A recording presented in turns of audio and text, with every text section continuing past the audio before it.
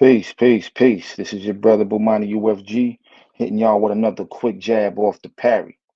First in boxing news is Shakur Stevenson and Frank Martin in negotiations for a fight. Starting to seem like it, man. The talks about this fight starting to heat up. You know what I'm saying? My man Errol Spence been calling out Shakur Stevenson for this fight for a long time. For a long time. He think his man Frank Martin could do Shakur Stevenson some justice in the ring.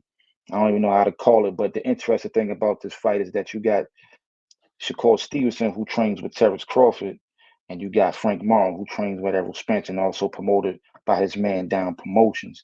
So there's been a lot of talk about this fight. Keyshawn Davies put up a tweet where he said that you know, Big Bro got him first. I ain't tripping. He gonna do him just as bad as I would.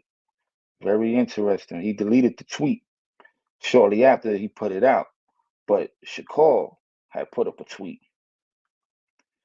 Shakur says, "Time to knock him off the list with the smoking nose emojis." Mm, mm. Talking greasy, and who's he talking about? We know Vasily Lomachenko turned down the fight.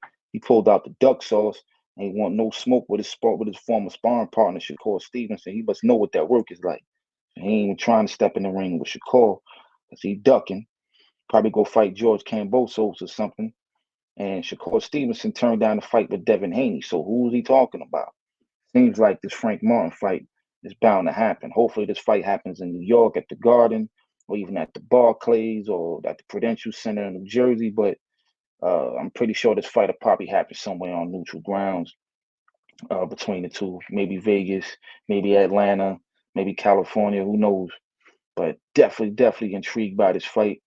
I think it's the best fight for both fighters, Shakur and Frank Martin. It's really no bigger fight out there for either one of them. This probably benefits more Frank Martin because he finally gets a high-profile fight and gets to really step up his level of competition and put himself in position to win the title.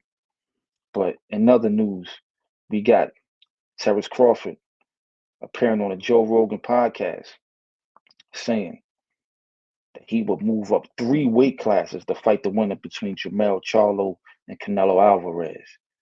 Now he's giving these dudes nowhere to run, nowhere to run. First, he said he would fight Canelo at a catch weight. Canelo quickly shut that down and said, "Nah, that ain't happening. If we gonna fight, it's gonna be at 168." So, and you know, Jermell Charlo will no longer be undisputed once the bell rings and he steps into the ring against Canelo. He loses that WBO strap, or is it the WBA, to Tim Tszyu. So he'll no longer be undisputed, and he will have to move down to fight Tim Tszyu to get that belt back to become undisputed to make this fight interesting for Crawford. But if Jamel beats Canelo, he's now undisputed at 168 and more than likely won't move down. And he's already talking about maybe fighting David Benavidez or Demetrius Andrade or something like that.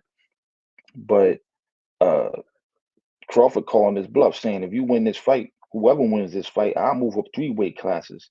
I will dare to be great to become undisputed in 3 different weight classes, the first male to do so. He's already a Hall of Famer. He's already being talked about as amongst the great fighters of this generation of any era, really.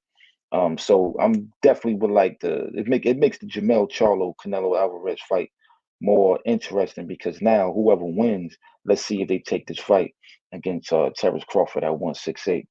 Anyway, this is your brother Bomani UFG hitting y'all with another quick jab off the Parry, and the Parry is fundamental to boxing.